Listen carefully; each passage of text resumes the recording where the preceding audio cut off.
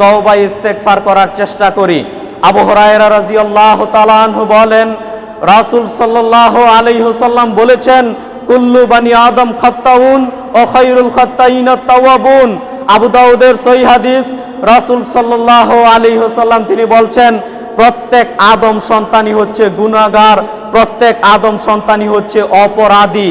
এই কথা বলার পরে রাসূল সাল্লাল্লাহু আলাইহি ওয়াসাল্লাম বলছেন, উত্তম অপরাধী ওই, উত্তম গুনাহগার ওই ব্যক্তি যেই ব্যক্তি পাপ করার পরে তওবা করে নেয়। বলি সুবহানাল্লাহ।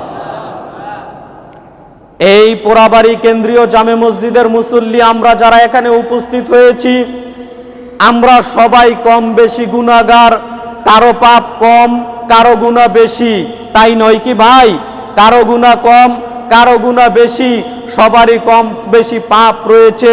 এ কথাই রাসূল সাল্লাল্লাহু আলাইহি সাল্লাম বলছেন, পৃথিবীর সকল মানুষই অপরাধী, তবে ওই মানুষ হচ্ছে আল্লাহর দরবারে শ্রেষ্ঠ যেই মানুষ তওবা করে ফিরে আসে, পাপ ক্ষমা নিতে পারে, ওই মানুষ হচ্ছে আল্লাহর দরবারে শ্রেষ্ঠ মানুষ।